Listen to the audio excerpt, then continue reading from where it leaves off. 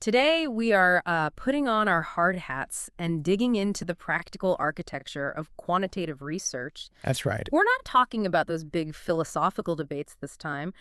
We are focusing squarely on the essential components, the real nuts and bolts that turn a general idea into a study that is testable, measurable, and hopefully replicable. I'm glad we're doing this because this is where the real work happens. Our source material today is a highly detailed stack of documents that, well, it serves as a kind of methodological guide. It's particularly useful in applied fields like education and language acquisition, so think TESOL, or specialized contexts like ESP for finance. It's like the user manual for quantitative studies. It is, exactly. So our mission today is to move past the high-level theory and really extract the crucial nuanced steps. We need to understand how research variables are defined and made measurable, how we select a sample that actually represents the population we care about, and why instrument quality is just completely non-negotiable. And then, after we've built that foundation, we can pivot to the first stage of any analysis, descriptive statistics, how we summarize and visualize the data's initial story. It's so foundational, isn't it? If you view a study as a multi-chapter book, we're basically establishing chapter 1, the whole design, and then chapter 2, the descriptive part. And getting these elements right is, well, it's everything. Any error here compromises the integrity and the validity of all the subsequent high-level inferential tests, your t-tests, your ANOVAs, the regressions, all of it. Okay, let's unpack this. We have to start with the most fundamental building block, variables and operationalization. Let's do it. So quantitative research really hinges on numerical measurement, and variables are the attributes we measure. I think our audience here knows that variables vary, but the critical skill is distinguishing their roles, right? What are the core types we absolutely must define up front? Well, we define variables based on a hypothesized function in the model. So first you have your independent variables, or IVs. These are the candidate causes or predictors. The things you manipulate or observe to see their effect. Exactly. If you're testing a new instructional method, the IV is the method itself.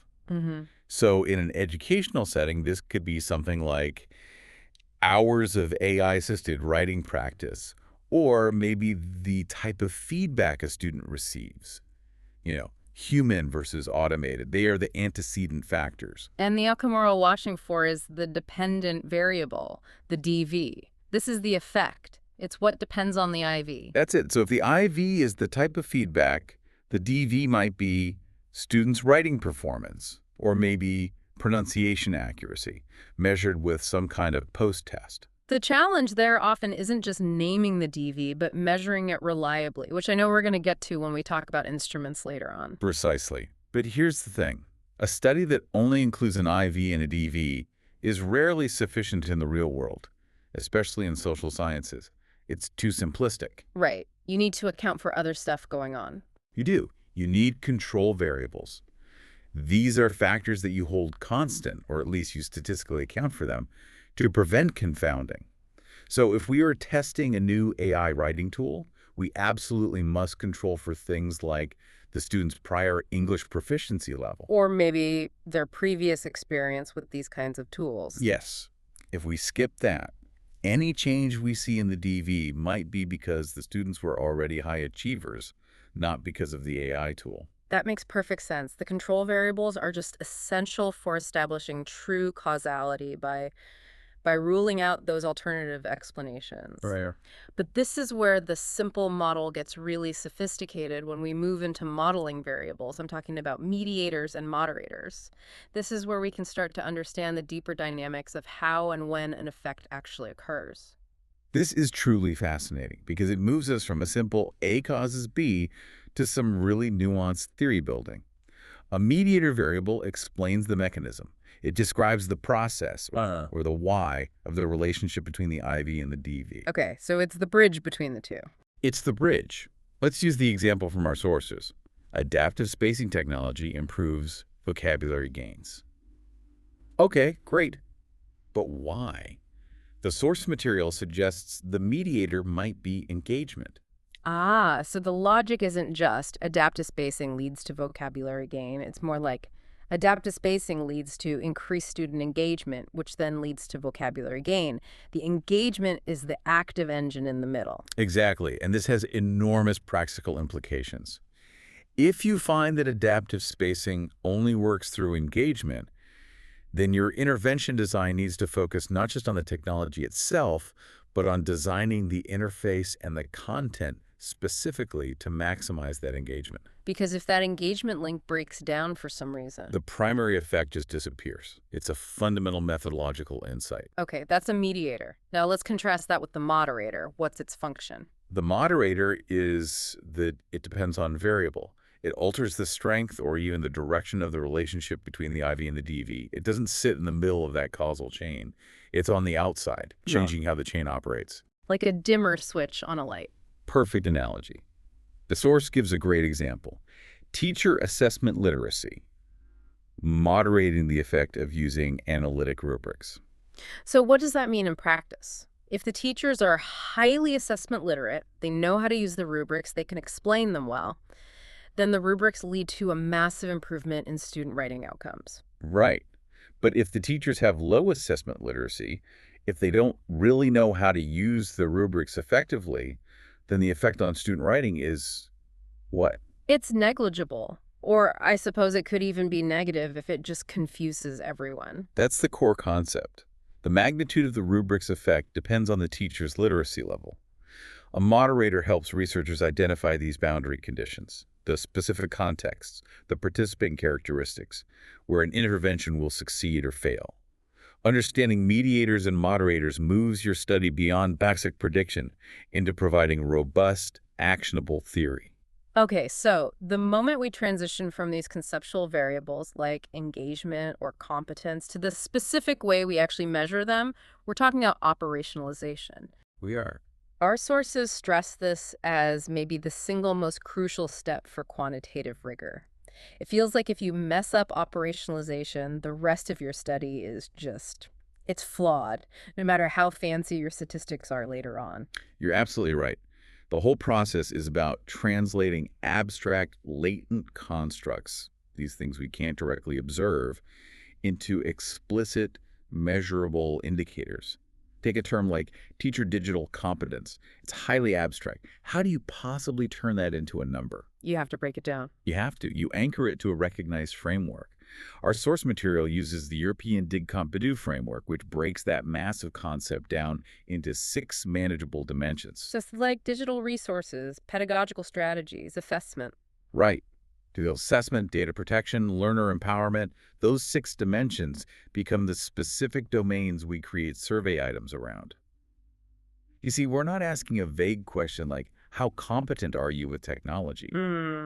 We're asking specific, quantifiable questions about how teachers use digital resources or how they apply digital assessment strategies. And then each of those dimensions contributes to a composite score, which allows us to finally quantify that latent construct. Exactly. That makes it concrete and measurable, but it also highlights a huge theoretical burden, doesn't it? The researcher has to first prove that their operational definition actually aligns with the theoretical literature. Yes, which is usually done through initial studies like an exploratory factor analysis, an EFA, to confirm the underlying structure of their instrument. Okay, let's take another one from the sources, learner engagement.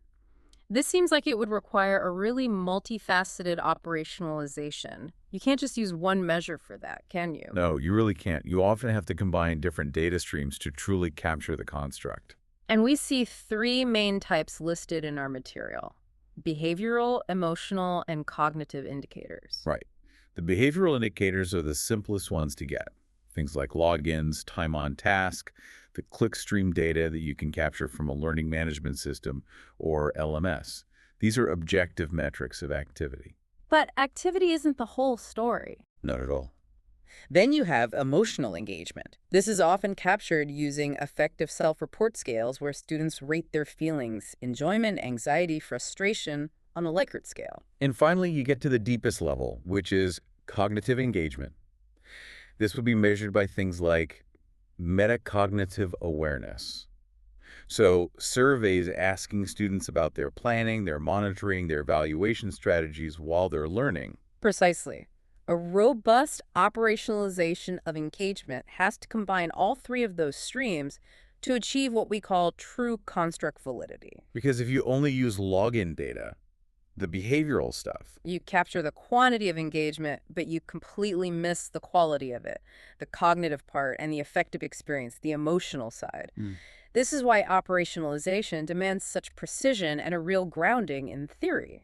Okay, so once we've defined and operationalized our variables, we move to formalizing our expectations. This brings us to hypotheses, the testable statements predicting how those variables are going to relate to each other. And a hypothesis has to be falsifiable. That's key. We typically use two types. The first is the null hypothesis, which we write as H0, H dollars. The hypothesis of nothing. Pretty much. It's the statement of no effect, no relationship, or no difference. For example, there is no significant difference in writing performance between students who use AI feedback and those who receive teacher feedback. It assumes equality, stability, the status quo. And against that, you have the alternative hypothesis, or H1. Nothing. This is the researcher's actual prediction. Yes, it posits that a significant relationship does exist, and often in a specific direction. So following our example, students who receive AI feedback will exhibit significantly higher writing performance scores compared to those receiving teacher feedback. And the whole system of classical inferential statistics, it's all set up to test that null hypothesis, isn't it? It is. When we get a p-value at the end of a test, we're asking a very specific question. What is the probability of observing our data, or data even more extreme, if the null hypothesis were actually true? And if that probability is really small, typically less than 5%, or p less than 0.05. Then we reject the null hypothesis in favor of our alternative. We say we found a statistically significant result. But those hypotheses are theoretically about the entire world, or at least a very large group, the population. Our source defines the population clearly. It's the entire group of interest. It could be all first-year ESP banking undergraduates at all Vietnamese public universities. A huge group. And of course, we can't study everyone, so we study a sample. And that jump from the sample to the population is the generalizability challenge. Quantitative research seeks to infer findings from the small, accessible sample back to the large, inaccessible population. And this requires really meticulous sampling techniques. We have two major methods to choose from, right? Probability sampling versus non-probability sampling. Right, and it's a critical choice. Let's break down the logic of probability sampling first. This method ensures that every single member of the population has a known, non-zero chance of being selected. This is the gold standard. It is. It's the gold standard for maximizing representativeness and generalizability. Techniques include simple random sampling, systematic sampling, and two really crucial complex forms: stratified and cluster sampling. Let's talk about stratified sampling. The source material details this one, and it seems particularly important when you know your population isn't, homogeneous, when it has distinct subgroups. Oh, absolutely. If a TESOL researcher wants to study English proficiency in Vietnam, they know that access to resources and teaching quality varies significantly between urban centers like Hanoi or Ho Chi Minh City and the more rural areas. So you can't just sample randomly. You might get all city students by chance. Exactly. To ensure the study reflects that reality, they must use stratified sampling. They would divide the population into these strata, urban universities and rural universities, and then they would randomly sample within each of those strata, ensuring proportional representation from both groups. Without that stratification, a simple random sample might massively overrepresent the easily accessible urban students, and your results would be completely biased, not generalizable at all. Right. And then on the other side, we have non-probability sampling. This is often just convenience sampling, whoever is easiest to reach. The students in your own classes. The classic example. Yeah. Or it could be purposive sampling, where you select participants based on specific characteristics you need. Now, these methods are sometimes necessary when access to the population is limited, but it's a significant methodological weakness. Because it just torpedoes generalizability. Severely. If you only use students from your own university because it's convenient, you are studying that specific context. You are not studying the broader population. And this leads us to statistical validity and a critical planning step that I think a lot of novice researchers skip over: power analysis. Why is this mandatory? A power analysis links your hypothesis to the required sample size, which we call N. It answers the question, how many participants do I need to recruit to have a reasonable chance of detecting an effect of a certain size, assuming that effect actually exists in the population? It seems like it prevents two major research failures. One is wasting resources on a sample that's too big, and the other, which is probably more common, is conducting an underpowered study. That is the big one. An underpowered study means your sample size is too small, and that leads to a high probability of committing what we call a type 2 error, failing to reject a null hypothesis when you really should have rejected it. You miss a real effect that's actually there. You miss it entirely. The sources detail the standard parameters for this. You aim for, say, a medium effect size. You set your significance level at alpha equals 0.05, and you ensure your power is at least 0.80, which is an 80% chance of detecting the effect. So if the power analysis tells you that you need a sample size of 128, but you only manage to recruit 80, any non-significant result you get might just be an artifact of low power, not because there's no true effect. The rigor of quantitative research really demands this pre-planning step. You have to do it. Okay, so before any analysis can even begin, we have to trust the instruments we're using to capture the data. These are our measuring tools, the surveys, the standardized tests, performance rubrics, even the clickstream analytics from an LMS. And the quality of our numbers is entirely dictated by the quality of these instruments. It all comes back to this. So instrument quality rests on two non-negotiable pillars of quantitative rigor: reliability and validity. That's right. Let's start with reliability. That's about consistency, isn't it? Does the instrument produce the same results consistently under the same conditions? Exactly. And there are different types. The most common is internal consistency. This checks whether the multiple items you've designed to measure a single construct, like anxiety, are actually hanging together and measuring the same thing consistently. And we measure this using Cronbach's alpha or McDonald's omega. Yes, Cronbach's alpha is the classic. But the more robust and modern measure is McDonald's omega. Our sources insist on a coefficient of at least 0.70 for acceptable internal consistency, though honestly, most researchers would prefer to see 0.80 or higher, especially if you're making high-stakes decisions based on the scores. Why is there this shift from Cronbach's alpha to McDonald's omega in modern studies? Well, alpha relies on a pretty strict assumption of what's called tau equivalence, which basically means all items contribute equally to the scale. But that's often violated in practice. Some questions are just better than others. So omega is more realistic. It is. Omega is derived from confirmatory factor analysis, or CFA, models, and it's more mathematically robust because it accounts for the actual factor loadings of each item. It gives you a truer estimate of reliability when items are weighted differently. Okay, so beyond internal consistency, we also need to think about test-retest stability. Right. Consistency over time for stable attributes like personality. And, crucially, for anything involving qualitative grading, inter-rater reliability. Oh, this is vital. When human judgment is involved, like scoring essays with the rubric, you have to check this. We use measures like the interclass correlation coefficient, or ICC, or a weighted kappa. The abstract fragment in our source noted an inter-rater kappa of 0.76. Which is pretty strong. It's strong evidence. It tells us that different raters are applying the scoring criteria objectively and consistently. It ensures the score is a measure of the student's writing, not just the rater's subjective bias. So reliability is necessary, but it's not sufficient. You can consistently measure the wrong thing. You can be consistently wrong, yes. Which is why we have to transition to validity. Does the instrument actually measure what it claims to measure? And we assess validity through multiple lenses. First, there's content validity.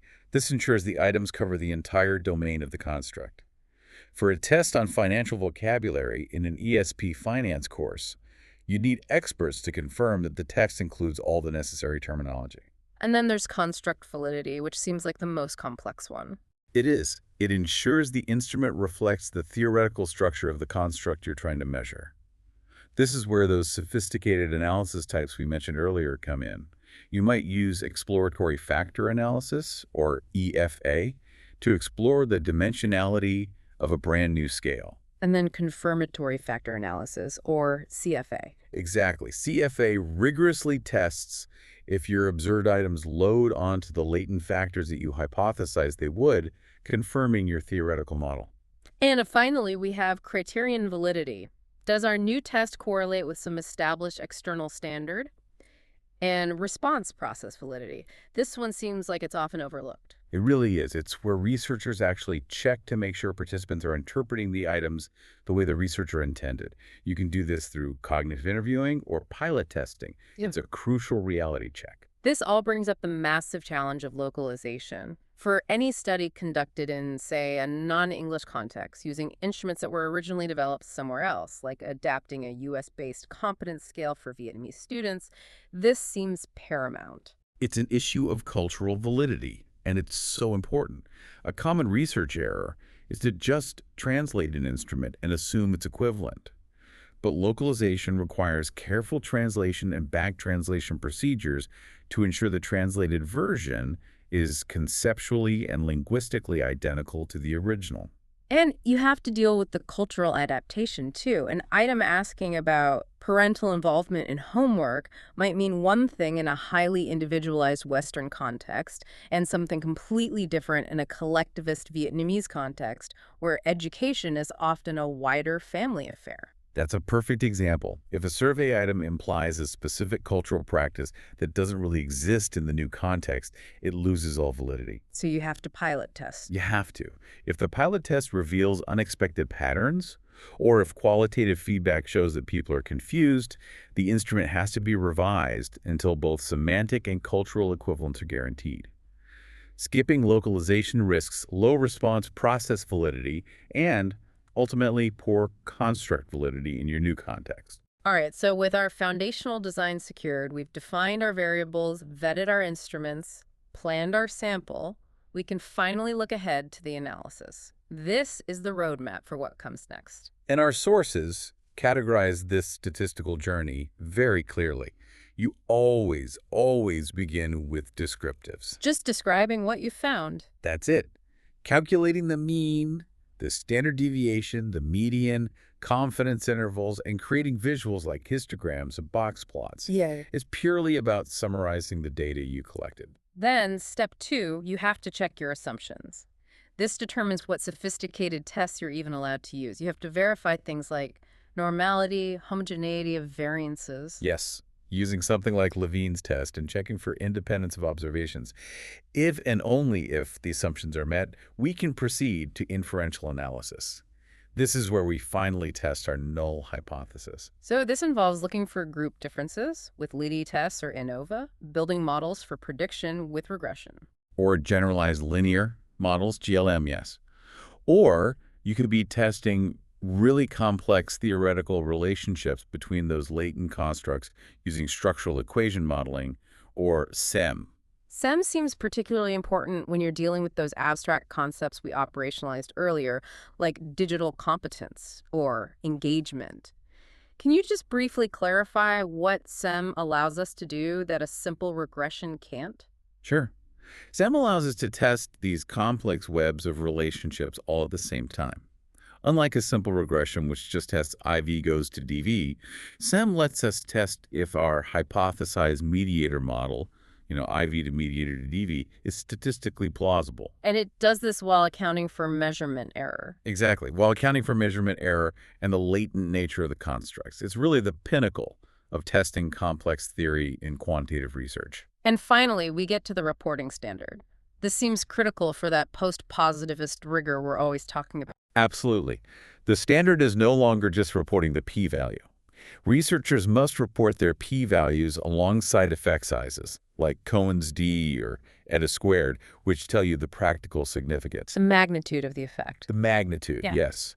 And you have to report 95% confidence intervals, or CIs, which convey the precision and uncertainty of your estimates. This just provides a much more complete, transparent picture of what you found. Okay, let's unpack this. Starting right at the very foundation of how knowledge is even defined in this space. Today, we are taking a critical, necessary deep dive into the absolute foundational building blocks of quantitative research methodology. And this is so important because it's not just about, interpreting a bar chart or blindly running a formula. For you, the learner, our mission today is to move well beyond those basic definitions.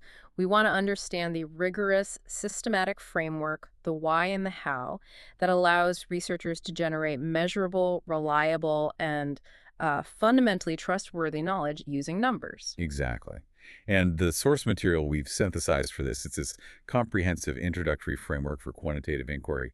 It really lays out the entire conceptual map. We're talking about covering the whole landscape, from the underlying philosophical stances that even justify using statistics in the first place, all the way to the anatomy of variables, research designs, and of course the rigorous ethical responsibilities. I like to think of it as mapping the DNA of a quantitative study. You really need to understand the intellectual lineage of the findings, the specific architecture of the study design, and the ethical guardrails that ensure integrity is maintained from start to finish. Our ultimate goal is to equip you not just with the definitions, but with the ability to critically evaluate whether a study's findings are fundamentally sound and, applicable to the real world. Let's start right at that bedrock level then, Section 1, the philosophical roots of measurement. Perfect place to start. So, to set the stage, we have to begin with the formal definition. Quantitative research is defined as a systematic inquiry that emphasizes numerical measurement, statistical analysis, and objective evaluation. At its core, it's about using numerical data to test specific hypotheses or to estimate relationships, and the whole time you're striving for precision and generalizability. It's the structured approach to observation. But what I find truly fascinating in what the source material really digs into is that the very decision to trust numbers and structured observation, it stems from a much older, deeper philosophical debate, a debate about what reality even is and how we can know it. We're talking about the two defining paradigms that dictate how researchers decide what counts as valid knowledge. Exactly. And these are positivism and post-positivism. These philosophical stances, they form the entire intellectual foundation, the absolute why behind any quantitative study you read. Okay, so let's start with the classic, the stricter view, positivism. What is its fundamental assumption about reality? Positivism operates on this really stringent belief that reality exists externally, completely independent of human perception. It assumes there's a single, objective, absolute truth just waiting to be uncovered. So it's just out there, regardless of what we think about it. Precisely. The core idea is that this reality can be objectively observed and measured without the observer interfering with the result. Knowledge, in this view, is derived strictly from empirical, sensory observation and logical reasoning. And it places a paramount emphasis on absolute precision, rigorous control, and the ability to predict outcomes with certainty. So it's the pursuit of a perfect, clean measurement that is universally true. The idea that if two researchers measure the same thing using the same tools, they must get the same result. They must. The source material gives a fantastic, really practical example of this strict approach when it comes to quantifying academic reading proficiency. Right, in an ESP finance course. Exactly. So if you were a strict positivist in that context, you would quantify academic reading proficiency using extremely standardized external metrics. Things like reading rate measured in words per minute and comprehension accuracy reported as a percentage score on a multiple choice test. And the key assumption there is... The assumption is critical. These numerical metrics are believed to capture the absolute reality of that student's reading proficiency.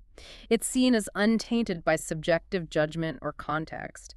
The numbers, in this view, speak the unassailable truth.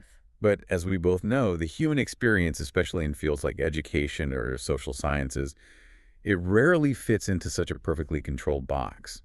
And that realization, that complexity, is what drove the philosophical shift toward the more modern, more nuanced, and frankly, the dominant view today, post-positivism. That's the one.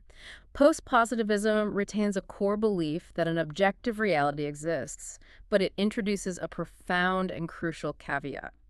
Human observation and the instruments we use, whether they are surveys, tests, or sensors, are inherently fallible. We're not perfect mirrors of reality. Not at all. We are researchers with biases, we have limited tools, and there are countless contextual factors influencing our data collection. We can't escape our own subjectivity entirely. And that acknowledgement of fallibility is a complete game changer, isn't it? If we can't perfectly capture reality, then how do we justify the knowledge we generate? What's the practical implication of that doubt? It radically shifts the nature of knowledge from being certain to being, well, probabilistic. Our findings are no longer definitive proofs. They are strong inferences.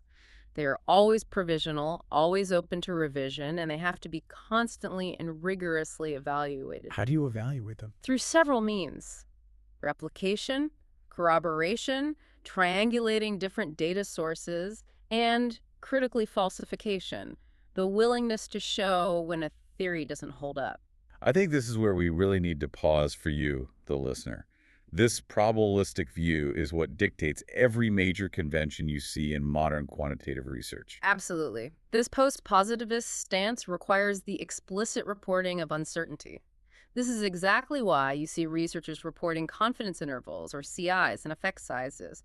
It's why they must rigorously test the statistical assumptions that underpin their models. So they're never saying, we have definitively proven X. Never. Instead, they are forced to say something more like, based on this probabilistic data and acknowledging the potential for measurement error, we are 95% confident that the true effect in the population lies somewhere between Y and Z. And that 95% confidence interval is arguably so much more informative than just a p-value. A p-value just tells you if a difference likely exists, rejecting the null hypothesis. But the CI tells you about the magnitude and the precision of that difference. Exactly. A p-value might tell you that two groups are significantly different, but if the confidence interval is extremely wide, it means your estimate of that effect is really imprecise. You still don't know where the true effect lies with much confidence. Post-positivism demands that we prioritize that precision. If our results are provisional, they must at least be precise enough to be useful. The source provides a great complex example involving automated scoring of essays that really ties this philosophy together beautifully. It does. So in a pure post-positivist approach to assessing L2 writing, you would never just rely on a single, clean metric like an AI-generated cohesion score. You would interpret those automated outputs together with human rater judgments and detailed rubric subscores. That's the triangulation element we talked about. So you're layering different fallible measurements to get a better picture. Precisely. And then, most importantly, you would report the full suite of statistical outputs. The p-values, the detailed effect sizes, and those critical 95% confidence intervals. You are actively trying to shore up your knowledge by acknowledging the fallibility of any single tool and treating the conclusion as provisional and measurable within certain bounds of uncertainty. Okay, let's solidify this distinction for our listener using those conceptual scenarios from the source material. Great idea. Scenario 1. A lecturer measures students' pronunciation accuracy using an automated speech recognition app. They compute an error percentage across 3 sessions and treat this number as the full objective truth of the student's ability. No other data is considered. Which philosophical stance is that? That is textbook positivism. It's a pure, objective, external measurement. It assumes the app's output perfectly reflects reality, and therefore it requires no further context or measures of uncertainty. Okay, now scenario 2. A researcher collects both AI-generated cohesion scores and human rater rubric subscores. They then report the Cohen's dollar effect sizes and the 95% confidence intervals for those effect sizes. Which paradigm is that one? That is post-positivism, and it's a much, much more rigorous practice. By integrating the human rater data, that's the triangulation, and crucially reporting the measures of uncertainty like the effect sizes and CIs, the researcher is explicitly acknowledging that the measurement might be fallible and that the resulting knowledge is probabilistic and provisional. This critical self-awareness is the bedrock upon which all modern quantitative rigor is built. It sounds like the key difference isn't just about using numbers, but how you treat those numbers. Do you see them as absolute truth or as the best possible estimate within a margin of error? Precisely. And understanding that distinction is the difference between a uh, a mechanical study and a critically aware one. It guides the entire methodological structure that follows. So if postpositivism provides the philosophical context that required skepticism and attention to uncertainty, what are the actionable rules? What's the practical toolkit that researchers use to execute a study that meets these rigorous standards? The source outlines 5 core pillars of quantitative rigor. That's right.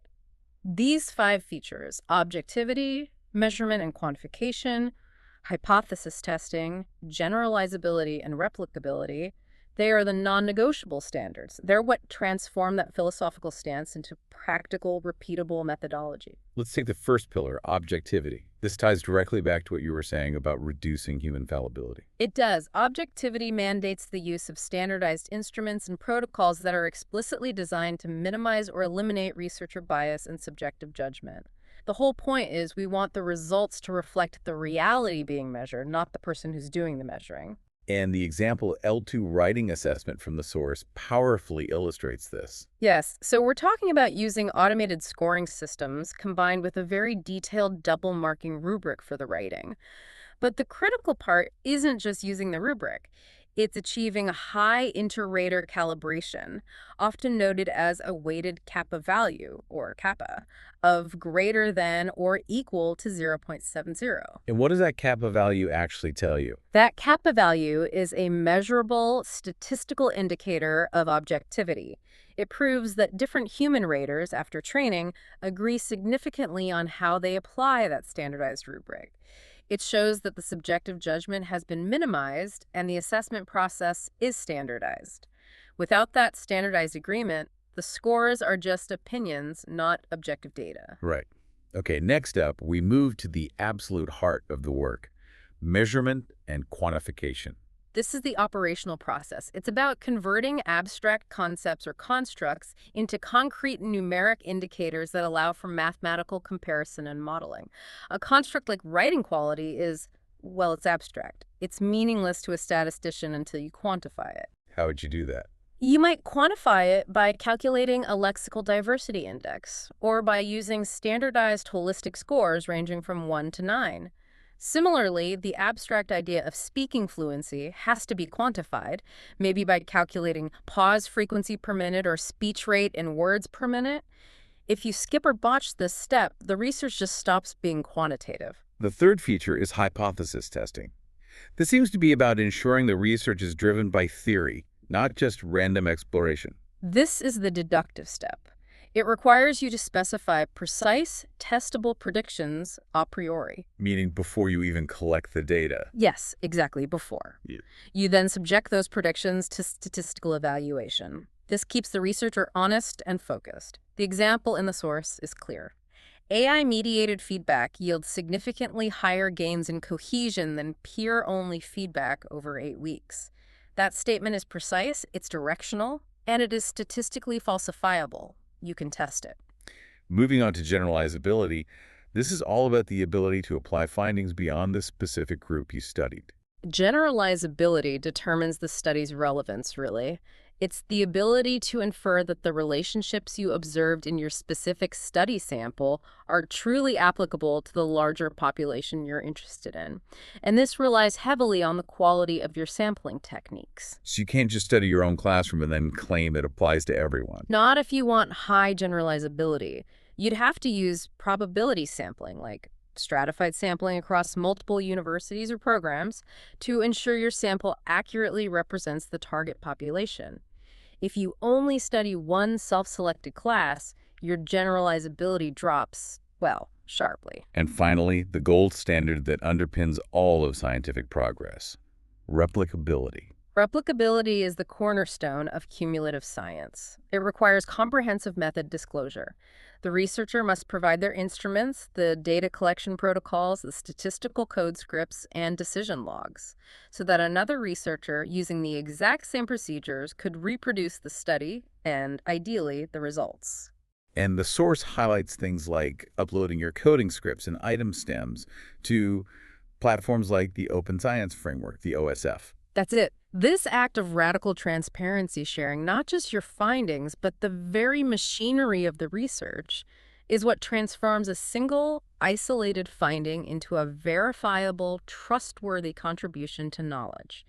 It's the highest expression of post-positivist rigor. Okay, so we've established the rigorous framework. Now let's dissect the basic architecture of a quantitative study, the variables. These are the measurable attributes that change or vary, and we need to clearly define their specific roles in the study design. The variables are the actors in the entire quantitative drama, and each one has a specialized function. We start with the independent variables, or IVs. These are the candidate causes or predictors. If a researcher is manipulating something like the teaching method, the type of feedback, or the duration of an intervention, that is the IV. It's what you control or observe as the presumed source of change. And then on the other side, you have the dependent variables, the DVs. Right. These are the outcomes or effects that you're measuring. If the IV is the type of practice, the DV might be the student's writing performance, their pronunciation accuracy, or their terminology recall. The DV is the variable that, well, depends on the manipulation of the IV. But of course, few things in life are explained by just two variables. We always need to think about control variables. Control variables are absolutely essential. They are factors that the researcher either holds constant during the study or statistically accounts for in the analysis. Why? To prevent them from confusing the relationship between the IV and the DV. Can you give an example of that? Sure. If you are comparing two teaching methods, you must control for things like the student's prior proficiency levels, their specific academic discipline, or their pre-existing motivation. Otherwise, you might attribute a result to your teaching method when it was really just because one group was more advanced to begin with. Controlling for these ensures the observed effect is truly due to the IV. Okay, and now for the subtle yet crucial distinctions. Mediators and moderators. I think this is where a lot of people, especially the learner, can struggle to grasp the difference. They explain the how and the when of a relationship. Yes, let's break this down with a practical scenario to make the distinction tangible. Please do. Okay, so let's assume you find that hours of AI practice, your V, leads to higher writing scores, your DV. A mediator explains the mechanism or how that happens. For instance, the AI practice might increase learner engagement, that's the mediator, and that increased engagement in turn leads to the higher writing scores. The AI's effect runs through the engagement. So it's the middle step in the chain reaction. Exactly. A moderator, on the other hand, changes the strength or the direction of that relationship. For instance, learner self-efficacy might moderate the relationship. The AI practice might be highly effective for students with high self-efficacy, but it might have little to no effect or even a negative effect on students with low self-efficacy. The moderator defines the boundary condition, the when or for whom the IV-DV relationship holds true. That distinction mechanism versus boundary condition is crystal clear. It moves the research beyond just finding a simple effect to truly understanding the process behind it. But all these variables, whether they're IVs or moderators, are often just abstract theoretical ideas. So none of this structure matters unless we move to the next vital step, operationalization. Right. Operationalization is arguably the most critical and often poorly executed step in quantitative research. It is the necessary process of converting an abstract construct, like teacher digital competence or learner engagement, into measurable, quantifiable, concrete indicators.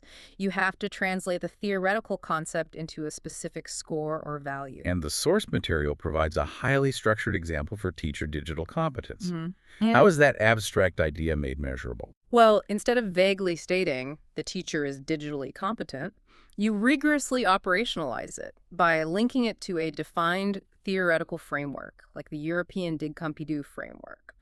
This framework breaks competence down into specific, measurable dimensions: professional engagement, digital resources, pedagogical strategies, assessment, and so on.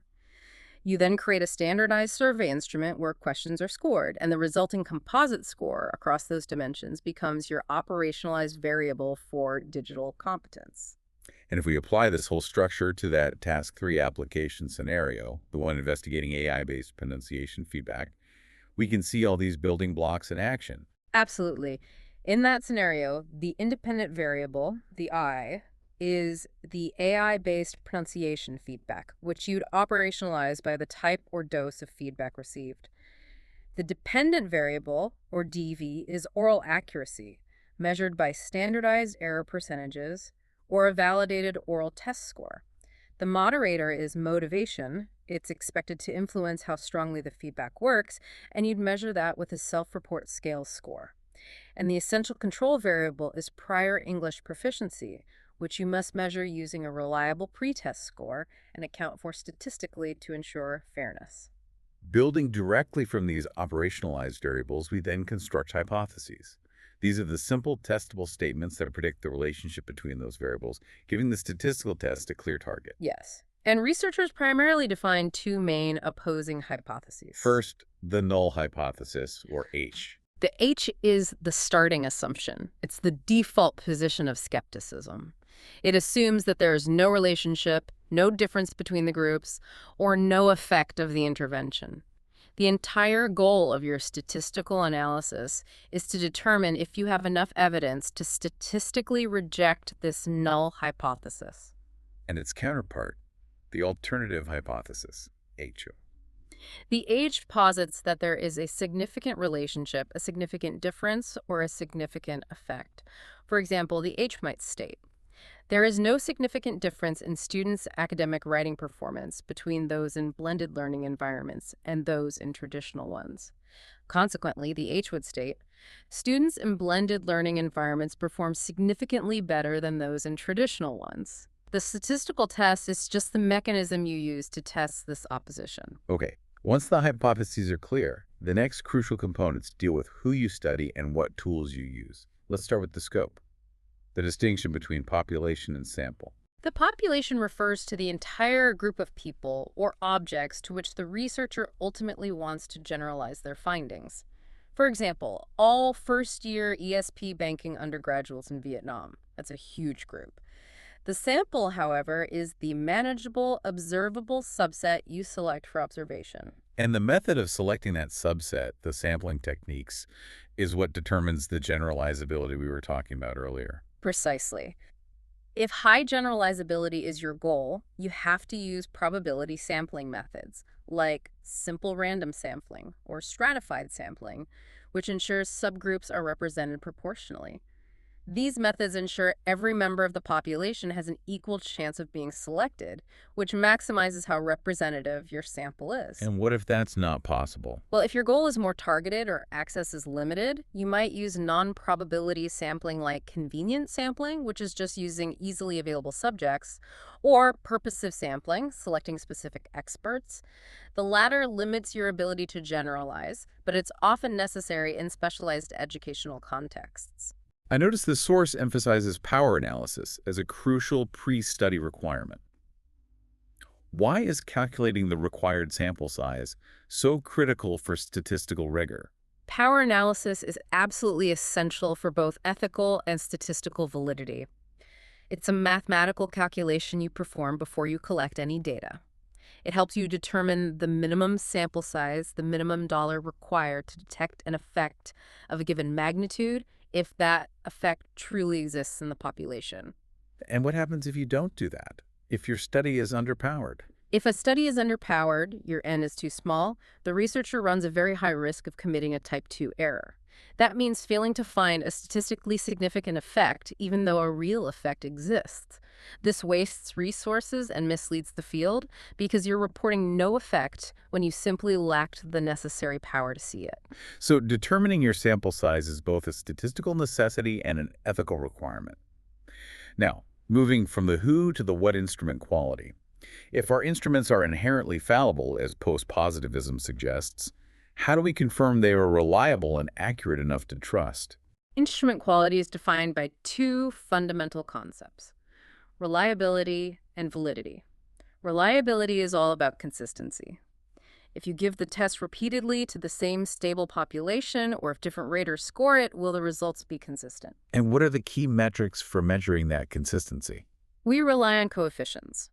For internal consistency within a multi-item scale, like a motivation survey, we use Cronbach's alpha or McDonald's omega, and both should ideally be at or above 0.70. This confirms all the items on the scale are measuring the same underlying thing. For human raters, we measure inter-rater reliability using metrics like weighted kappa or the interclass correlation coefficient, ICC, ensuring objective agreement is above that 0.70 threshold. And then there is validity, which feels like the more complex concept, dealing with accuracy. It is. Validity is the ultimate quality check. Is the instrument truly measuring what it intends to measure? We assess this across several different dimensions. Let's break down the main types, because they're often confused, starting with content validity. Content validity asks, does the instrument adequately cover the full scope or domain of the construct? If you're making a final exam for an English for Specific Purposes course, content validity requires expert review to ensure the test items cover all the learning objectives from the syllabus. If the syllabus covered reading, writing, and speaking, but the test only had reading and writing, it lacks content validity. It's not a valid measure of the course. Next, construct validity. This one sounds like it requires some advanced statistics. It does. Construct validity asks if the instrument accurately measures the underlying theoretical construct, especially for abstract concepts like anxiety or competence. Researchers check this using multivariate techniques like exploratory factor analysis, EFA, or confirmatory factor analysis, CFA. In simple terms, if your survey is supposed to measure 3 different components of digital competence, the EFA or CFA confirms whether the survey questions statistically group themselves into those 3 expected factors. If they don't, your instrument isn't accurately capturing the construct. Okay, then we have criterion validity. Criterion validity relates the scores of your new instrument to an external established standard, the criterion. This comes in 2 forms: concurrent validity, where your test score correlates highly with another established measure at the same time, and predictive validity, where your test score predicts a future outcome, like a placement test score predicting later academic success. And finally, a very modern aspect: response process validity. This is a fascinating one, it asks. Is the participant engaging with the test or survey as intended?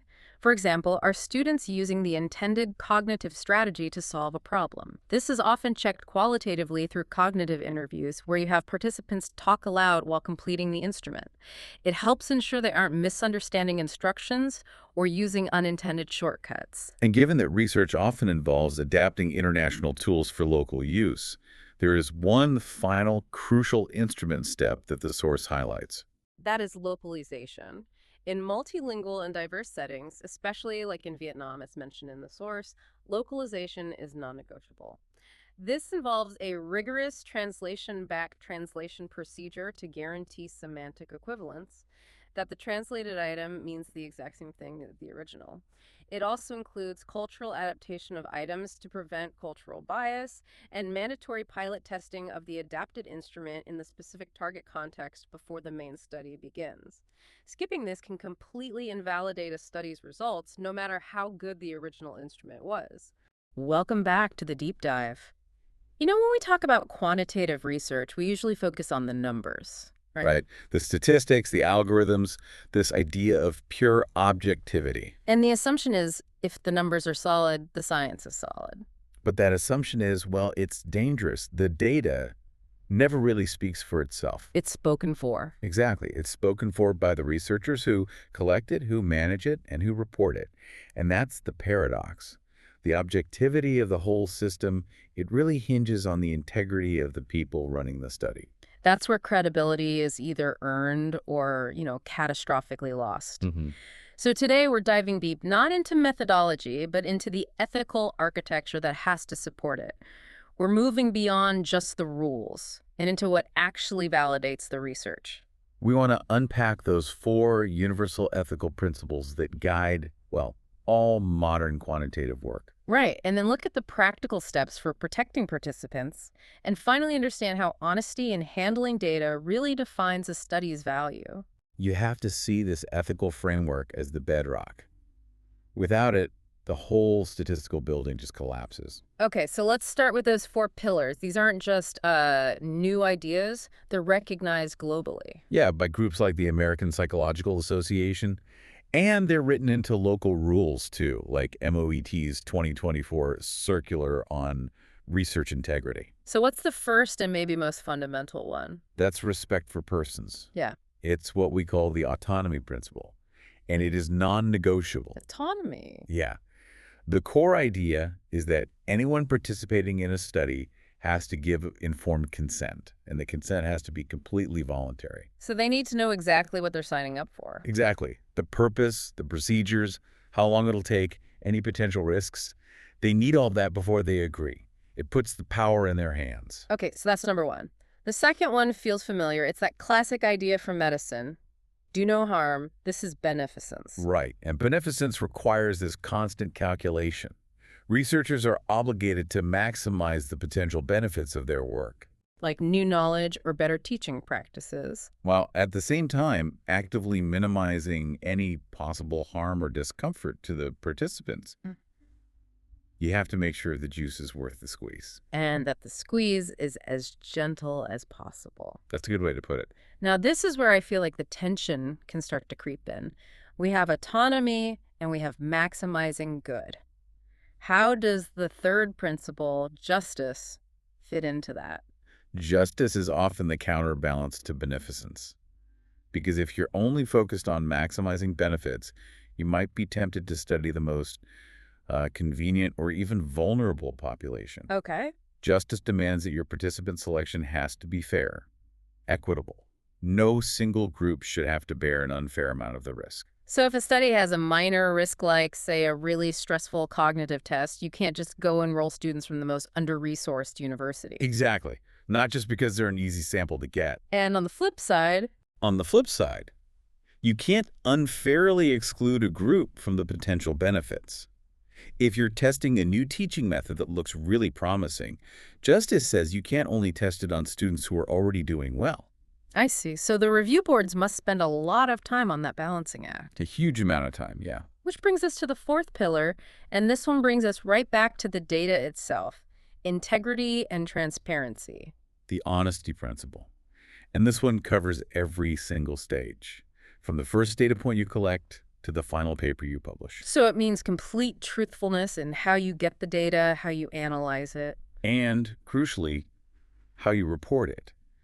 This principle explicitly outlaws things like making up data or manipulating your results. We can get into the details of that later. Okay, that framework is really clear. But let's get into the real world. Informed consent. It can sometimes feel like just ticking a box on a form. It's so much more than that. It has to be a process. So what specific details have to be on that information sheet to make sure a participant's autonomy is, genuinely respected? Well, beyond the basics, it has to spell out the confidentiality of their answers, who gets to see the data, and exactly what they'll be doing, and for how long. And the most important part. The most important part is their unconditional right to withdraw at any time, without any negative consequences, no penalty whatsoever. That right to withdraw is so critical, especially I'm thinking in hierarchical settings. Yes. Like in many academic environments, a student might feel, pressured to say yes if a professor asks them to be in a study. That is a huge practical challenge. Yeah. And researchers have to address it head on. In those settings, you have to take extra steps. It's not enough to just write, you can withdraw. So what do? You have to actively clarify it. Maybe with verbal assurances, maybe you have a neutral third party collect the consent forms. You have to make it crystal clear that saying no or dropping out will have zero effect on their grade or their standing in the program. That clarity is everything. Okay, so let's shift from paper to digital. Most data now is collected online. Google Forms, university systems. How does data protection keep up? Digital collection, it just multiplies the risks. I mean, you're dealing with electronic identities now. Researchers have to make sure their online consent forms follow national standards, like the data protection decree here, And why is that decree so important? because it puts the responsibility for securing that electronic data on the institution. You can't just grab any old survey tool. You need to know that the platform itself is secure, that it prevents breaches or traceability. So for a researcher who has this huge data set sitting on their computer, what are the, say, 4 key practical steps they need to take for security? It's a multi-layered approach. First, never use personal names. You assign anonymous codes, like numbers or letters, to every participant. Okay, that's step 1, anonymize. Step 2, store the data on password-protected and ideally encrypted servers. If your laptop gets stolen, the data has to be useless to whoever has it. Encryption is a must. What's 3? Third, limit access. Only the authorized research staff who absolutely need to see the data for analysis should have the password, not the whole team. And number 4, this is the one you said surprises people. Yes. Finally, once the analysis is done and the results are published, the raw data sets should either be permanently deleted or fully, irreversibly anonymized. Wait, delete the raw data? That seems counterintuitive. What if someone wants to replicate your study 10 years from now? It goes back to the justice principle. You're protecting the participant over the long-term potential of the data. If replication is the goal, the anonymization has to be so robust that there is no way to trace it back. Often, only that fully scrubbed data set is kept. The original sensitive data is a liability. You have to mitigate it. That's a really important trade-off to understand. Now let's talk about the liability from the perspective of scientific truth. The credibility of a study really all hangs on how truthfully the data is handled and reported. Right. And you said there's a spectrum of dishonesty here. Let's define the terms, starting with the most blatant, fabrication. Fabrication is simple. You invent data. You just make it up out of thin air. You didn't collect it, but you write it up as if you did. Okay, that's pretty clear. Then there's falsification. It sounds similar, but it's more subtle. It is. Falsification is about manipulating data you already have. So what would that look like? It could mean deleting outliers that, mess up your nice results. Or maybe you tweak a p-value that's just over the line to make it look significant. It's editing the data to fit your story. So fabrication is making up what you don't have. Falsification is editing what you do. But the one you said is maybe the most dangerous is selective reporting. Yes. Selective reporting is a sin of omission. Let's say you run 10 different tests for your hypothesis. Okay. Only 2 of them come back with significant results. Selective reporting is when you publish those 2 and you just bury the other 8 in a file drawer. You're painting a misleadingly optimistic picture. And that's a huge takeaway for anyone listening. If I try 10 things and 8 fail, my first instinct is to feel like I failed. I don't want to write about my failures. But those failures are so valuable. This is why the open science movement is so important. Pre-registering your study, you mean? Exactly. Stating your plan before you collect data, and then sharing your anonymized data set. The ethical requirement is to report everything honestly. P-values, effect sizes, all of it, even when the results don't support your hypothesis. It's designed to stop the file drawer problem, where we only ever read about successes. Precisely. Those non-significant findings save other researchers time and money. They stop people from chasing dead ends. This is why many journals now recommend a data availability statement, saying where others can access your data. Okay, let's talk about technology. AI is becoming standard now. SPSS modeler, ChatGPT-assisted coding. How do we navigate the new ethical lines these tools are drawing? The number one rule for AI is that it's an assistant. It is not a replacement for your critical human judgment. It can spot patterns, but it can't make meaning. Exactly. The researcher is solely responsible for interpreting the output.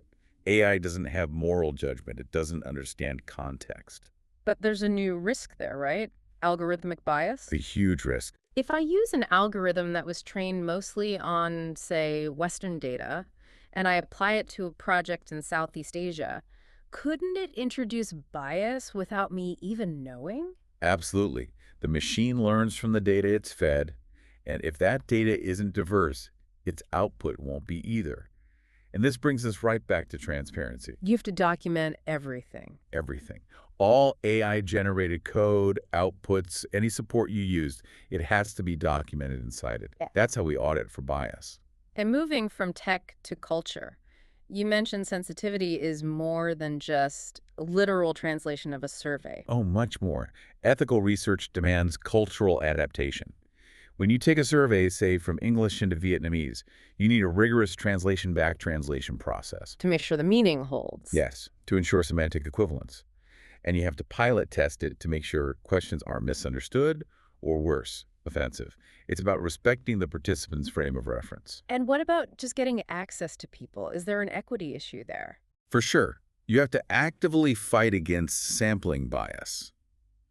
It's on us to ensure that, say, students from rural or under-resourced universities have the same chance to participate as students in a major city. So logistics can't be an excuse for a biased sample. It can't be. Not anymore. Okay, so this responsibility follows you all the way to the very end, the final publication. All the way to the end. What are the key duties there? A few absolute musts. First, acknowledge everyone who contributed and, critically, your funding sources. Second, avoid what's called salami publication. Slicing one study into many tiny papers. Right, just to boost your publication count. It devalues the science. Mm-hmm. Third, disclose any potential conflicts of interest. And finally, cite previous work honestly and accurately. This has been such a necessary deep dive. We've laid out the 4 pillars: respect, beneficence, justice, and integrity. And we got into the weeds of non-coercive consent and data security. And really hammered home the need for absolute transparency, reporting all your results, even the ones you don't like. Especially the ones you don't like. And that idea that a failed hypothesis has real scientific value, that leads us to our final thought. You pointed out that researchers are under immense pressure to get positive results. It's a massive conflict of interest built into the system. For funding, for tenure. So here's the question for you listening at home to really think about. If you spend a year on a perfectly designed study and it just yields non-significant results, what personal integrity, what institutional support do you need to have in place to make sure you publish those truthful negative results instead of giving in to the pressure of burying them? Because the integrity to report failure. That is perhaps the highest standard of scientific integrity there is. A profound thought to end on, that ethics isn't a barrier, but the essential commitment to the truth. Thank you for diving deep with us. Welcome back to the deep dive.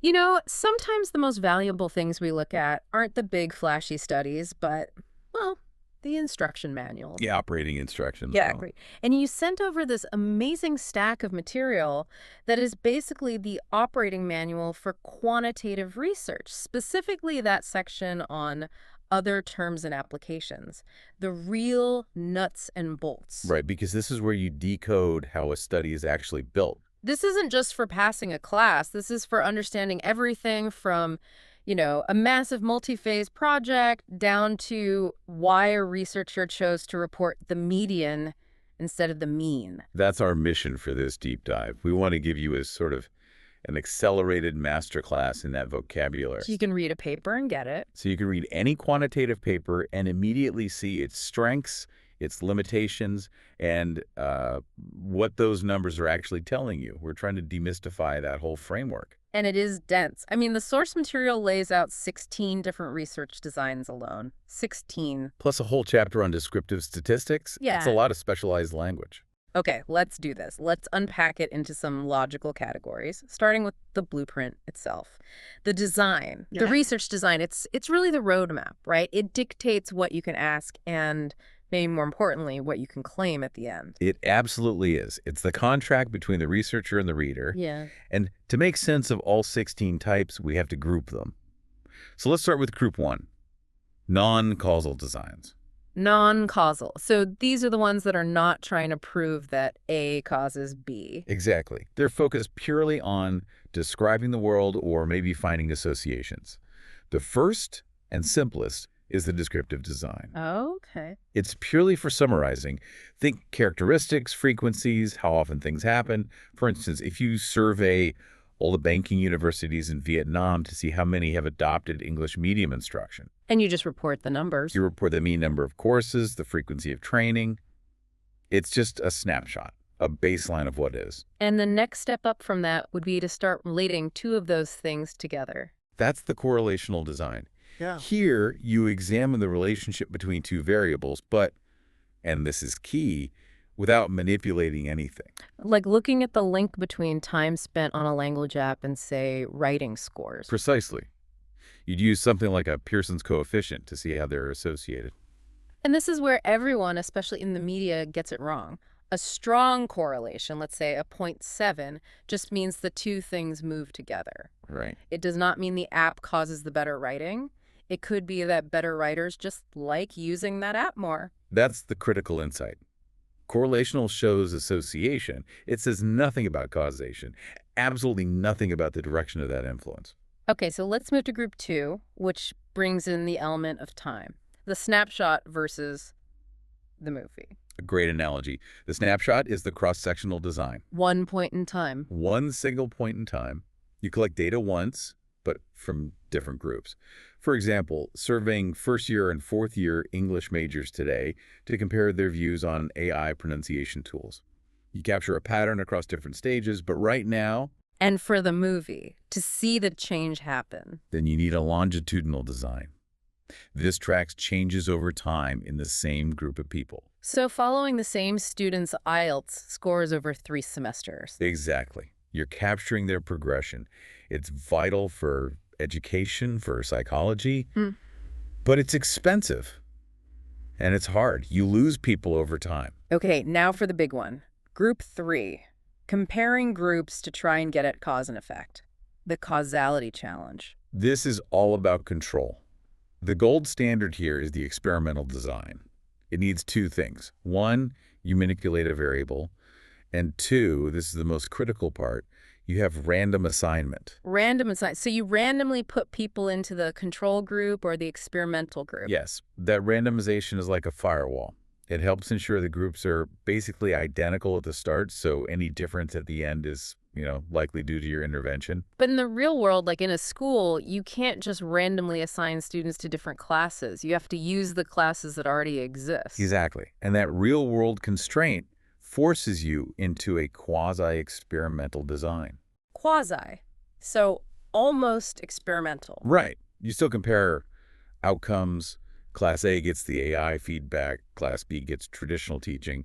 But, those two pre-existing classes might have been different from the very beginning.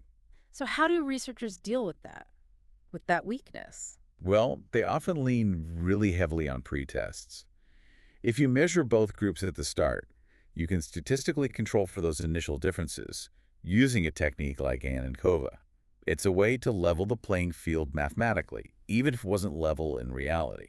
A practical compromise. It has to be, for research in applied settings. And what if you can't manipulate anything at all? Like you want to compare groups based on things that just are. That's the comparative design, or causal comparative. The cause has already happened. Things like gender or major. You're just comparing outcomes between those pre-existing groups, usually with archival data, like comparing GPAs between male and female postgrads. Got it. Okay, last group. Group 4 is for the really big, complex investigations, the advanced frameworks. Mixed methods. This is so important because, most of us agree that numbers alone don't tell the whole story. You need the context. The why. You need the why. And a really popular approach is the sequential explanatory mixed method. Sequential explanatory, so the order matters. The order is everything. Quantitative data comes first. Maybe you survey 300 students on motivation. You find a trend. Then the qualitative phase follows up. You go interview the highest motivation students to explain why they're doing so well. The interviews explain the numbers. So the qual fleshes out the quant. Precisely. And for, huge multi-year projects, you need something even bigger. Right. The multi-phase mixed method.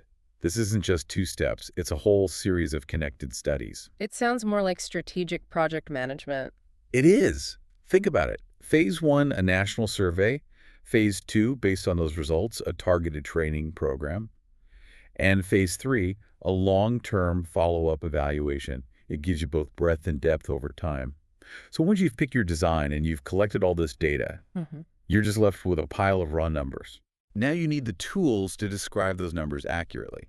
And this is where I think it gets really interesting, because if you choose the wrong statistic, you can draw a completely false conclusion. Before we even get to the stats like mean or median, we have to talk about the data itself, don't we? The 4 types that dictate everything else. Yes, absolutely. We have to categorize it. So at the most basic level, you have nominal data, unordered categories, gender, major. Things you can name. Things you name.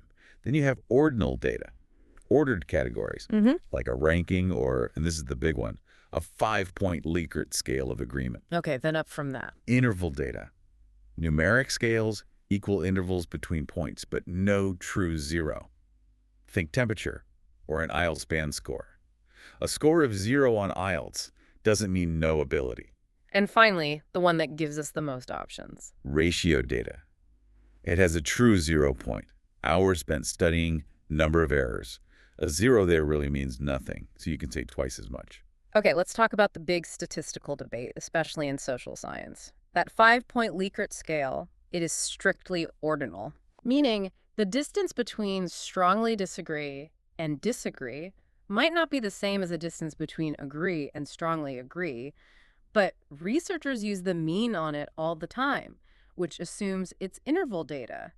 Why? It's a pragmatic compromise. It really is. Technically, you're right. We should use the median or mode. But the mean is so powerful, so intuitive, and the statistics you can run with it are so much more powerful that researchers often make the assumption that it's close enough to interval. But that's a risk. It's a huge risk, especially if the data is skewed. Then the mean becomes really, really misleading. Which brings us to the 3 measures of central tendency, the ways to find the center. Yes. You're the mean, which is the average everyone knows. It's great for normal data, but it's super sensitive to outliers. Right. One extreme score can pull the whole average up or down. Exactly. Which is why you have the median. Yeah. The true middle value when you line everything up.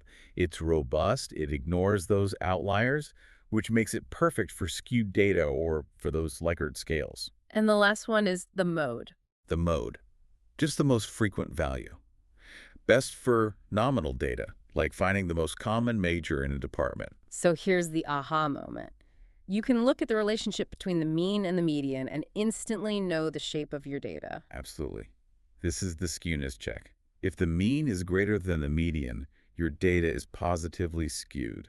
Meaning a lot of low scores. Think of a really hard test. Most students scored low, but a few geniuses got 100s, and they pull that mean way up, higher than the true middle score. And the reverse. If the mean is less than the median, it's negatively skewed, a cluster of high scores, like on an easy quiz. Understanding this shape is crucial.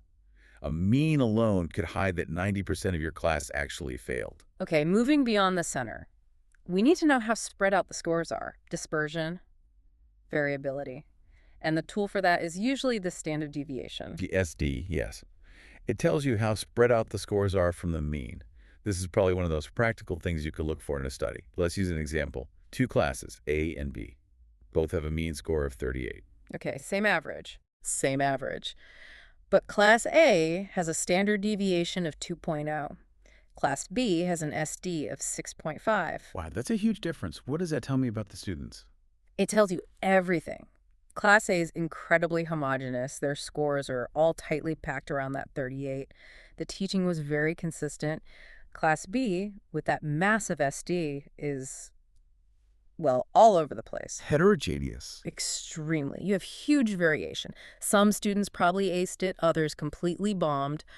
A large SD means widely different skill levels, even with the same average. And if we're worried about those outliers throwing off the SD just like they do with the mean, there's an alternative. There is the interquartile range, or IQR. It's just the difference between the third quartile and the first quartile. So it captures the middle 50% of the scores. Exactly. It completely ignores the extreme top and bottom 25%, so it's very robust against outliers. It's often reported with the median for that very reason. And we can use that IQR to actually find the outliers. Yep. There's a simple rule, the Tukey rule. Any value that's more than 1.5 times the IQR, below the first quartile or above the third quartile, That's a potential outlier. It's a flag for the researcher. Good research needs good visuals. It's not just about the numbers on the page. Mhm. And the choice of chart isn't just about what looks pretty. It has to match the data and the question. 100%. It's strategic. Let's look at 3 key ones. First, histograms. Okay. These are for seeing the distribution of continuous data. Time on task, IELTS scores. Right. And the bars touch, which is important because the data is on a continuous scale. A histogram is how you visually check if your data is normally distributed. But if the data is in separate categories, like comparing different departments, the bars should not touch. And that's when you use a standard bar chart. It's for comparing discrete groups. The separation between the bars visually emphasizes that these are distinct, separate categories. And my personal favorite, for when you want to compare the variability between groups, not just the mean, but the whole spread. The box plot. Ah, the box and whisker plot. It is the perfect tool for comparing dispersion. It's brilliant. It's so efficient. In one image, a box plot shows you the median, the IQR, that's the box itself, the full range of the scores, and it flags any outliers as little dots. It's incredible. So if I were comparing writing scores from 3 different teaching methods, say traditional, blended, and gamified a box plot would instantly show me which one had the most consistent results. And which one produced the most extreme high flyers or failures. It's pure statistical storytelling in one visual. And just to round it out, if your study is longitudinal, tracking things over time, your choice is pretty much made for you. Oh yeah, it has to be a line graph. Time on the bottom axis, your score on the vertical axis. It's the only way to clearly visualize that trend, that trajectory of change over the semesters. So to synthesize all of this, quantitative research really boils down to a 2-step process. First, you have to match the right design to your question and your context. From the 16 options. From the 16 options, yes. And second, you have to use the right descriptive language, mean versus median, SD versus IQR, to summarize and visualize your results honestly. So what does this all mean for you, listening at home? It means next time you read a study, look past the headline. Find the design first. Is it correlational? Then you know they can't claim cause and effect. Is it quasi-experimental? Then you know to look for how they handle the fact that they couldn't randomize. Identifying that design tells you exactly what kind of claims the authors can responsibly make. And I'll leave you with a provocative question that ties this all together. If a study reports a single mean score from a 5-point Likert scale, and you know that data is highly skewed, but they don't report the median, what important truth about student opinion, maybe about how many were actually really unhappy, might that single number be hiding? Always ask that question. Does the statistic match the data? That's the deepest dive into quantitative literacy right there. We'll catch you on the next deep dive. Welcome back to the deep dive. Today, we're not just reading research, we're learning how research is, how it's built. Our mission is to cut through all the complexity of research methods and give you the blueprint. The architectural plan. Exactly. The plan that determines how researchers measure the world. And I think of this as getting under the hood. When you read a study, the design is the engine. It dictates the entire journey. Right. If you understand the difference between, say, a simple survey and a big multi-phase study, you instantly know how much weight to put on the conclusions. You know if they're showing a trend or if they're actually trying to prove causation. Precisely. The design is the ultimate fact checker.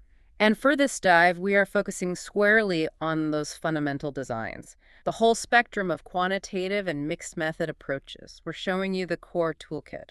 Okay, let's unpack this. Starting with the simplest quantitative frameworks, the ones that just establish a baseline. Well, you have to start with description. The foundation of all knowledge is just knowing what is. Which brings us straight to the descriptive design. It sounds so basic, but why is this so often a critical first step? Because sometimes establishing that baseline is the insight. Descriptive research, it just exists to characterize frequencies or distributions. It's a snapshot. Okay. Take your example. You survey Vietnamese banking universities just to see the prevalence of English medium instruction. Yeah. And what if you find that, 90% of them haven't adopted it? That number alone is a huge finding. It's powerful enough to drive policy changes even before you ask why. It tells policymakers exactly where the gap is. That makes perfect sense. It's the essential first layer. Mm. But what if we move beyond what is and start asking, is A linked to B? That feels like the next step. It is. That's when you step into relational studies and the correlational design. And that's where things get fun. Oh, yeah. Correlational designs are brilliant for spotting relationships between variables without manipulating them. You're just mapping patterns that already exist. Like investigating the link between time students spend on a learning app and their writing performance. Exactly that. And for that, researchers often use something like Pearson's coefficient. For those of us who might have forgotten our stats class, what does that number actually tell us? It's just a number between -1 and +1. It tells you how tightly those two variables are sort of hugging each other. All right. If it's close to +1, they move up together. More app time, better writing. If it's -1, they move inversely. More app time. Worse writing. Right. Yeah. But the key takeaway is always the same, and you know this. We know they move together, but we absolutely do not know if one causes the other. Right. The app might just be a symptom of a student who is already super motivated. The classic caveat. Okay, now let's say we want to compare groups, but those groups already exist. We can't just create them. That brings us to the comparative design, or as it's sometimes called, ex post facto. Ex post facto. It literally means after the fact. The variables you're comparing, like gender or they've already happened. You can't assign someone to be male or female. No. You can't assign them to have joined the linguistics program 3 years ago. So you compare their outcomes, like their GPA data, after the fact. So we might compare the academic performance between male and female postgrad students in a program. We find a difference that we can attribute to their group, but we still can't say being in that group caused the difference in performance. Exactly.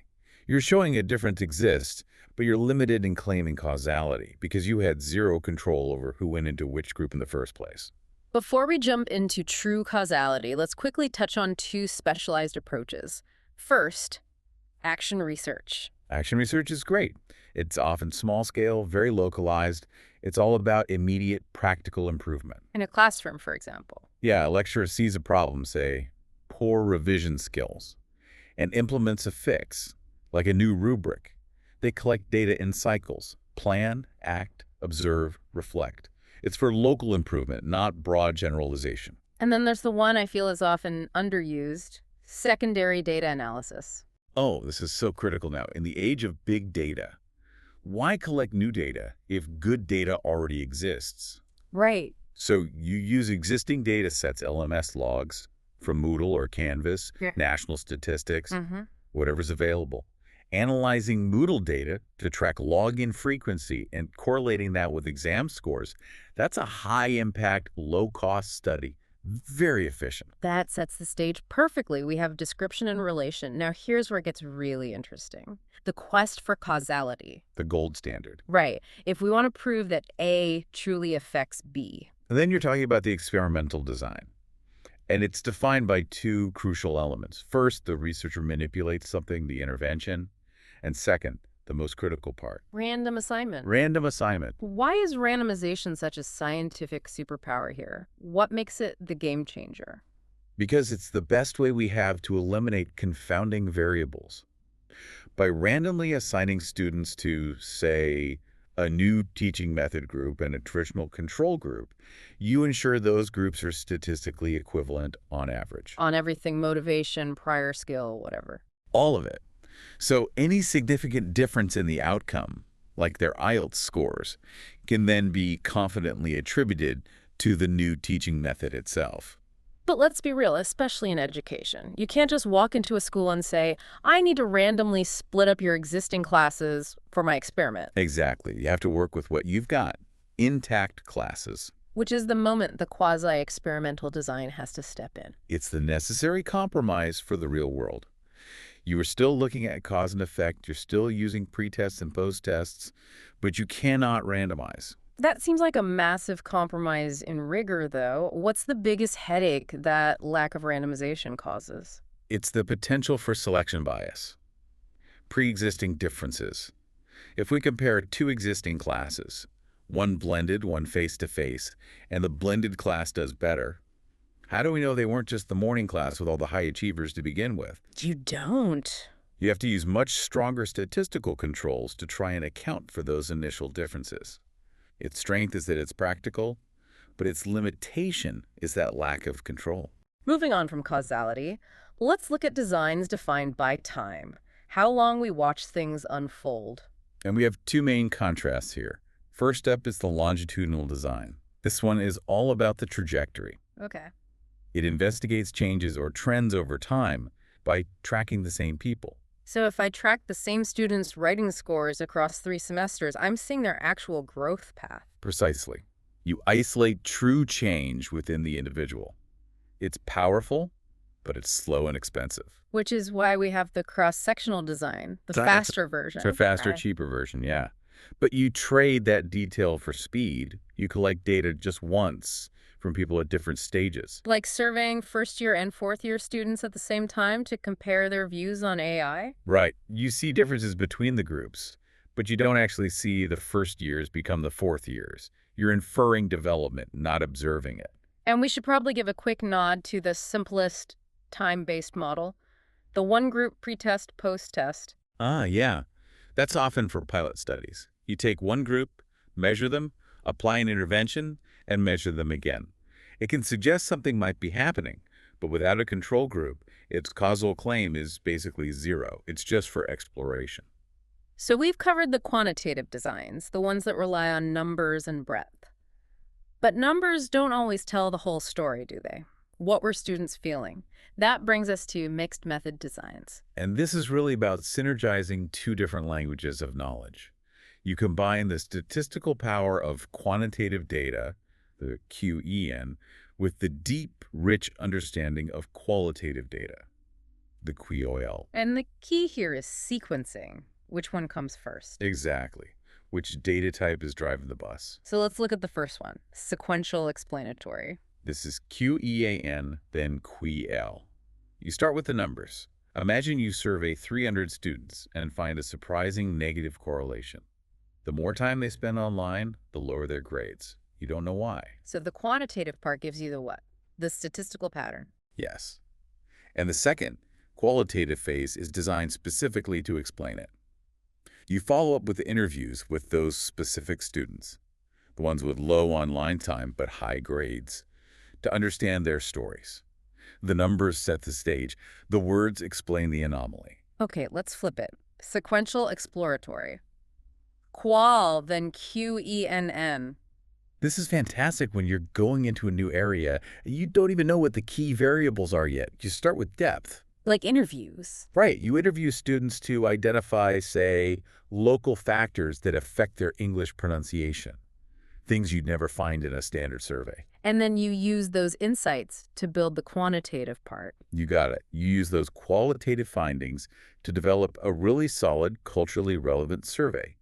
Then you test how prevalent those factors are across a much larger sample.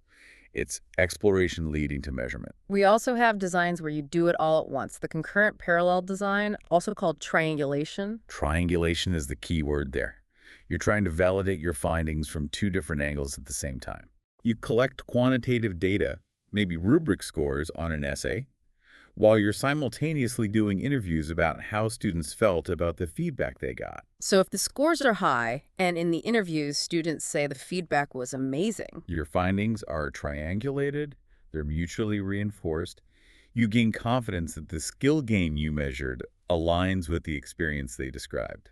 we should also mention the embedded mixed method design. That one's a bit different. Yeah, it is. In an embedded design, one method is clearly dominant and the other is just sort of tucked inside to add a bit of color. So a huge quantitative study. Thousands of students, Yeah. And you just embed a few representative quotes from interviews in the results section to help the reader understand the numbers a little better. And finally, we get to the methodological Leviathan, the multi-phase mixed method design. This is the highest level of complexity. It's not really one study. It's a series of connected studies over time, where the results of one phase actually dictate the methods for the next one. Can you walk us through what that would look like? Sure, imagine a multi-year project. Phase 1 is a huge national survey on teachers' digital skills. That gives you breadth. The big picture. Right. Then Phase 2 uses a quasi-experimental design to test a training program that you designed based on the gaps you found in Phase 1. So it's targeted. Highly targeted. And then Phase 3 could be a longitudinal follow-up 6 months later using both stats and focus groups to see if the training actually stuck. The phases just build on each other. What an incredible journey. We've gone from simple description to these massive interconnected projects. So what does this all mean for you? I think the fundamental lesson is that the method follows the mandate. Your design choice is the first and most critical decision. If you need to know cause, you have to be looking at experimental or quasi-experimental designs. And if you need to know the meaning behind a pattern, Then the sequential mixed methods designs are essential. You should never let a design dictate your question. Always let the question dictate the design. And here's a final thought to chew on. We often talk about the theoretical ideal, right? The pure experimental design. But the reality is that logistics and access often dictate methodology more than anything else. That's so true. The fact that researchers so often default to quasi-experiments with intact classes or secondary data analysis with LMS logs shows that feasibility is a huge constraint. It is. So you should always consider, when you approach a research problem, whether a smaller, more accessible design-like secondary data analysis might be a smarter first step before you try to launch some huge multi-phase study.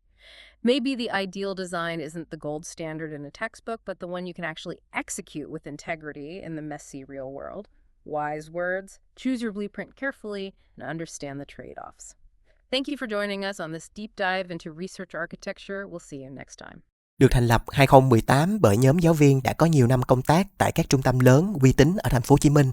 IELTS FOCUS không chỉ có các bạn học viên giỏi là các bạn tiến sĩ, bác sĩ, nghiên cứu sinh, các bạn học trường chuyên, mà còn có các bạn học sinh lớp thường đạt được điểm số IELTS và TOEIC cao nhờ vào phát triển được năng lực tiếng Anh thực thụ. Khác biệt với các trung tâm lớn, đông đúc, dùng chung một quyển giáo trình rập khuôn cho hàng ngàn học viên, lúc đi thi gây nhàm chán cho giám khảo chấm điểm. Đa số các chương trình online hay học trực tiếp tại thành phố Hồ Chí Minh của IELTS FOCUS chỉ tầm 3 đến 7 học viên, dễ dàng theo sát các bạn, giúp tối đa hóa điểm số nhờ tích hợp nhiều phương pháp trong suốt quá trình giảng dạy. 100% lớp học luyện đề được hướng dẫn bởi thầy Quốc Khánh, IELTS 8.5, Reading 9.0, Listening 9.0 và không có band điểm nào dưới 8. Các bạn có thể theo học tại quận 6, quận 2, quận 9 và quận 11. Nếu các bạn ở xa, có thể chọn hình thức học online, giáo viên vẫn có thể theo sát được các bạn vì sĩ số lớp vừa phải. Waves rolling in so slow. Trust the tide, let go.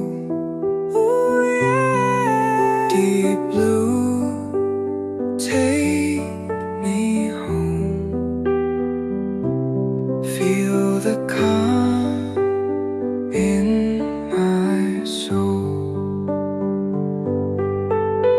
Stars above guide me right.